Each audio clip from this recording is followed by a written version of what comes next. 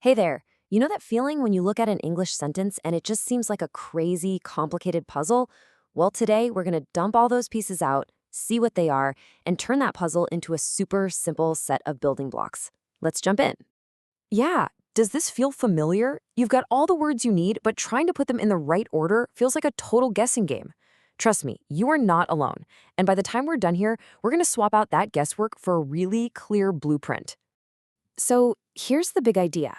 I want you to think about building a sentence just like you're playing with Legos or building blocks. Seriously, it all starts with a couple of basic, essential pieces.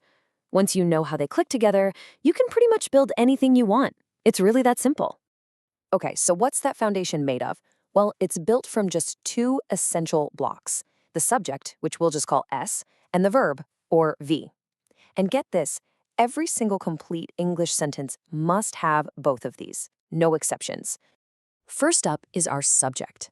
This is basically the star of the show. It's the who or the what that the entire sentence is about. Pretty straightforward, right? And the second block is the verb. The verb is the action. It tells us what our subject is doing, or sometimes what our subject is, its state of being. It's the engine that makes the whole sentence go. So what happens when we click just those two fundamental blocks together? Boom, we get our very first and simplest sentence pattern.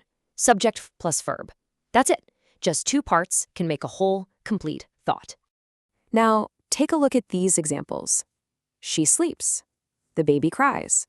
See how they feel complete all on their own? The verb here doesn't need anything else to make sense. The action is totally self-contained. All right, now that we have our S plus V foundation solid, we can start building up. And the most common next step is to add a third block, called the object.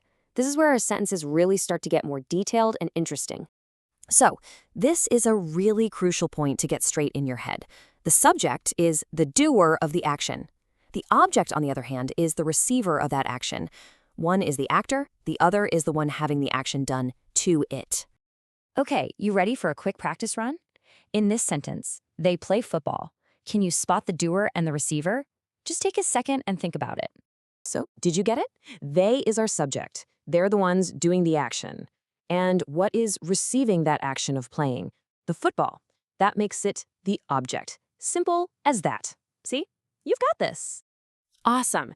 Now that we have our main structure, we can start adding some decorations, extra blocks that add more detail and color. We're going to look at two of them, complements and adverbs. Now, this is a really key distinction to make. Look at the difference here. Action verbs, like eats, pass an action from the subject to an object. But then you have linking verbs, like is. They don't show any action. They work more like an equal sign, just connecting the subject to more information about itself. And that extra information that comes after a linking verb, we call that a subject complement. In "the test seems difficult," the word difficult isn't receiving an action. It's just describing the test. It completes the idea about the subject. So besides complements, there's another really easy way to add detail: adverbs. Just think of these as the when or where blocks. They tell us when or where the action happened, and you can usually just pop them on at the end of your sentence. And you can see exactly how this works right here. She studies English. Now let's add the when block. Every day. Or they play football. Let's add the where block. In the field. Those little extra pieces make our sentences so much more descriptive. Okay, now this next part is maybe the most important rule of them all. In English, the order of our building blocks is not flexible. It is fixed. You have to follow the blueprint every single time.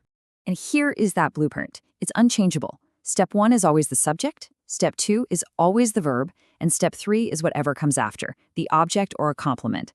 This SVO order is the golden rule. You can see how perfectly our example sentence just clicks right into this model. The subject, she, fits in the first box. The verb, studies, goes in the second. And the object, English, goes in the third. They just snap right into place. I really can't stress this enough. This fixed word order is what gives an English sentence its meaning. If you start mixing up the blocks, you mix up the meaning, or you just end up with nonsense. It's that critical. Oh, and here's a great tip for a really common mistake. Adverbs that tell you how often something happens, like always, usually go before the main verb. So it's she always studies, not she studies always. It's a small change, but it makes a huge difference in how natural you sound. So let's just pull it all together real quick. We've got our basic patterns down. The simple S plus V, the super common S plus V plus O, and that variation, S plus a linking verb plus a complement. Honestly, these three blueprints are the foundation of almost every sentence you're going to see. And here's the great news. You now have all the essential building blocks you need. You understand what the parts are, and you know the blueprint for how they fit together. You are absolutely ready to start building. So I'll just leave you with this question. Now that you have the blueprint and you've got the blocks, what is the first clear, confident sentence that you are going to build?